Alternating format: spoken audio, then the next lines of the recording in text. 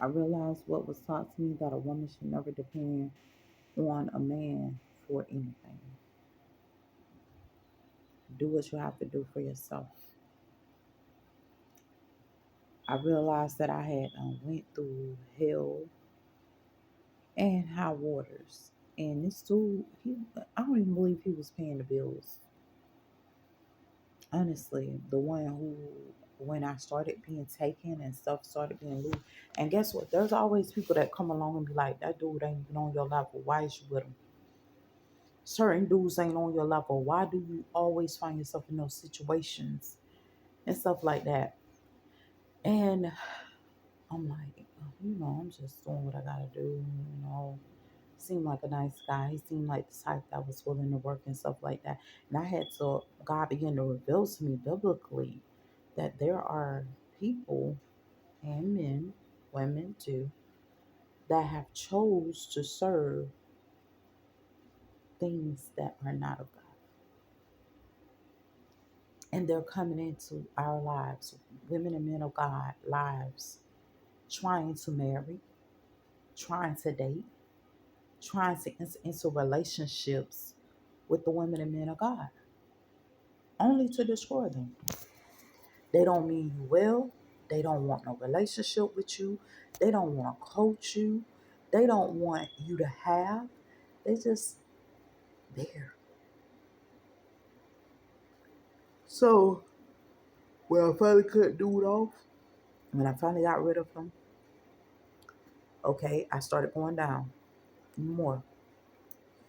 I ain't got no way to pay bills because I quit working to start my own company. It's been a nonprofit organization. Right after I quit, I went and did my grant writing certification. This should be a walk in a park type thing. I'm gonna finish school and I'm gonna go ahead and start my own company before I finish school. Everything is gonna come together. It's gonna do what it's supposed to do. And you know what? It probably would have, but when you got so many enemies watching you, when you got so many enemies sitting up there watching your hand, watching how you play your hand, watching how you eating, watching how you sleeping, watching you constantly to try to see how they can manipulate you out of your blessing, how they can steal from out of your pocket. When I started to wake up to the fact that, hey, I was supposed to be getting a check every month. I thought that only happens to Indian people. No, I'm part Indian too. A lot of people don't even know that. That's part of my bloodline. But guess what? Checks were being stolen. Checks was being stolen. Can't none of them tell me why. A lot of things were being taken and they had cover up for it. You can't get a phone call out unless it goes through um somebody else because they like monitoring your phone calls and how you doing things and stuff like that. Like you in prison, really in prison, in jail. People don't talk about the stuff that people endure and go through. You're in a situation that's out of your control. You cannot stop anybody from raping you. You're being raped. Right now, rape. You cannot see who it is raping you. You cannot disclose. Look, I can't see who raped me. All you feel is somebody pull your body down and rape you, and you're completely blind. And you start to realize, hey, I'm seeing one thing, but I'm feeling something totally different. They don't talk about that stuff. They're not going to disclose the true testimonies of these people telling you what it really is. And it's called enslavement, demonic possession, however you want to call it. It is what we say it is. And I'm gonna be real with you. I was going to the hospital. I'll catch the bus and I'll go to the hospital at Wellington Regional, and I would be going to places like Palm West, Wellington Regional, all these hospitals pretty much that's local and stuff like that. And I would hear stories about women coming all the way up from Miami and Broward going through the same rape situation I'm going through, asking them for a test, and they were treating them the same way they was treating me, like as if we were just having multiple partners or something. We didn't care for ourselves. Um, it was nothing. I remember my house being broken into. Honestly, broken into. All the niggas that's on the block and don't nobody see who broke into the house. Then you call law enforcement. They come there looking like God knows what and doing nothing. Nothing to help you. Nothing to assist you. They don't care. So you just going through hell for no reason. Then remind you, my son, he's off up in college. Um, I was told that he was going to college in Orlando, but for some weird reason, it's some funny business with that. Because I feel like he was just kidnapped, honestly. Because my son just don't do certain stuff. Daughter, same thing. Um, Pretty much all the children. But nobody's gonna tell you about those losing seasons and the fact that they've been taken from you before they even start to really take from you. I sat up there and I told a job. But I don't know whether that was yesterday. I think I told a woman yesterday. I say, sweetheart, they take your purse before you even know your purse taken. If you get the inch, like the little small thing, something wrong, hey, you better call somebody. You better try to deal with it as soon as possible because 9 times out of 10, your purse is taken before you even know it's taken.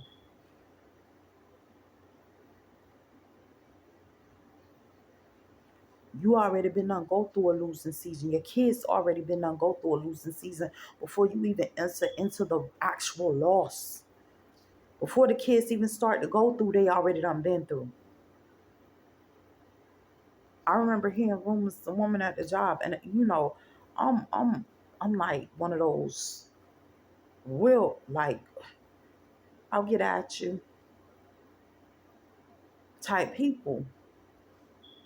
You'll never know when I'm coming, but I'll get at you. And I remember the woman was saying something. I think she got AIDS. They say she got AIDS and stuff like that. I remember them saying that right at the job, and she was saying it to one of my exes, and I walked up on it and heard it and stuff like that. And I'm like one of them type of people that's like very maniacal. I will come at you in such an evil way you won't even know it's me. And she said the thing to me, and I was like, sweetheart, I could have your son right now. And I didn't mean nothing by it. It's just I was like, yeah, I could really get your son and have him. Stop spreading stuff about me. Stop doing that type thing. Right? I'm sitting up there and I'm thinking to myself, sweetheart, if I really wanted him, I could have already had him, but that that wouldn't even no more.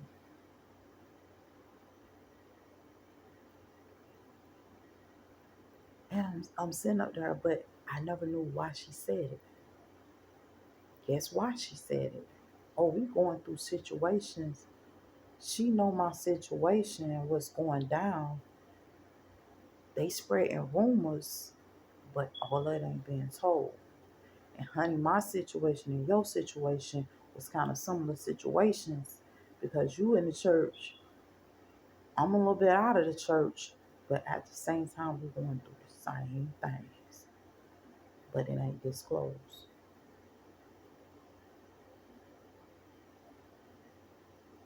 See, a lot of times we be talking, people show you stuff. Why? They show you stuff.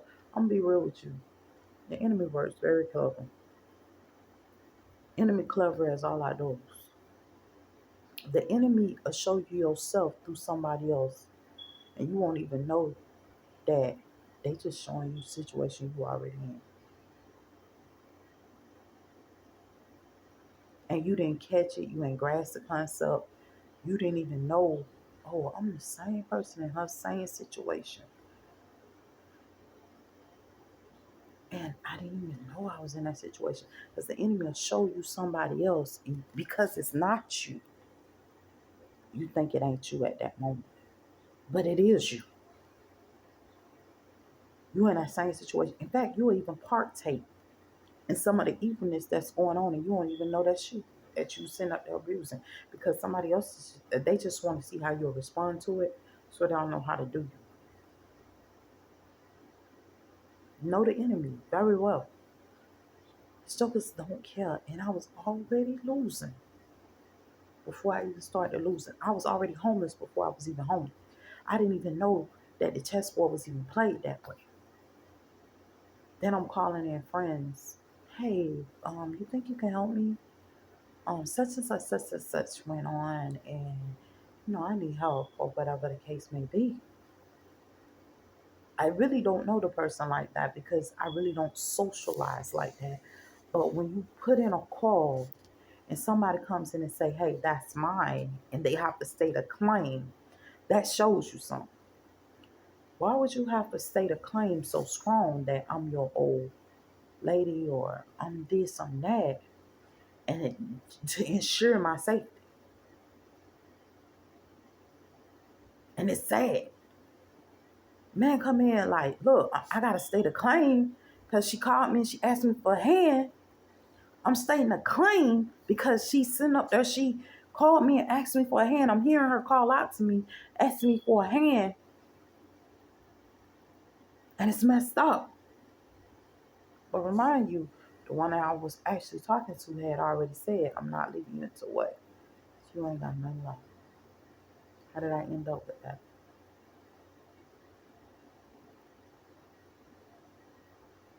People already at the job talking. How I end up in those type of situations. I ain't out there. I ain't doing some of everything. Mine halfway gone. And I'm gonna tell you how this plays. You already losing. You losing kids. You losing money. You losing a lot of stuff you don't even know you lost. Innocence. God say you made my house a den of thieves, man. They still in innocence. They already taking everything before they really begin to take. When he said you made my house a den of thieves, y'all didn't even know that they were auctioning off women, turning women into prostitutes right there in the church. You're coming to Jesus. You're coming to Jesus, bringing him a woman saying that she's a prostitute because she won't lay with you, so that you can stone her.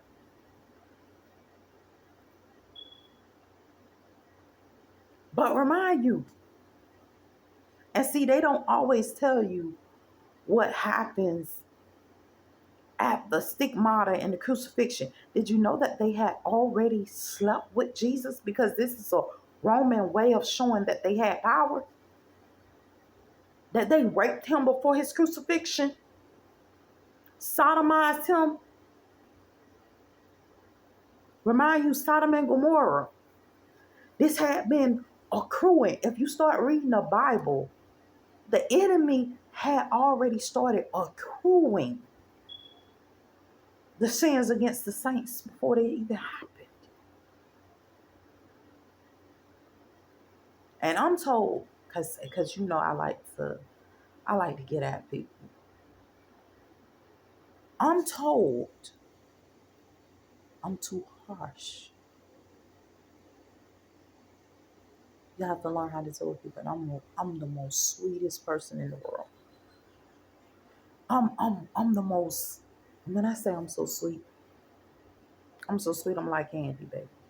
Just that sweet. I don't even like raising my voice. Honestly, I don't like raising my voice. I don't like certain stuff to go down. I'm just like the sweetest person in the world. So I know if they take me as being too harsh, they don't expect no punishment whatsoever. Because I'm like candy,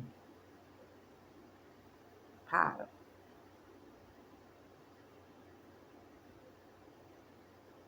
And it behooved me so much. But all this is going on. And they expect and accept it. And they don't want to have to pay for what they do to people. So Christians, be careful.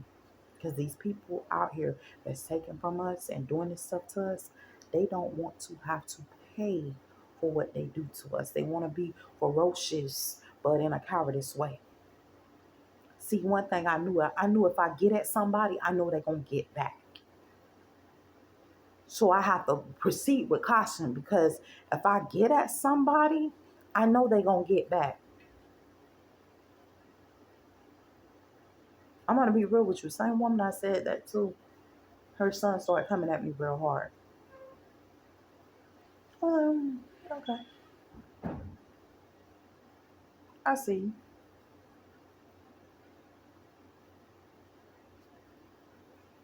I see you coming.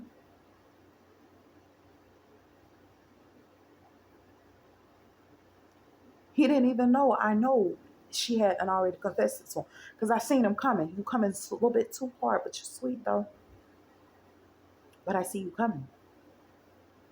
Be careful what you come up on.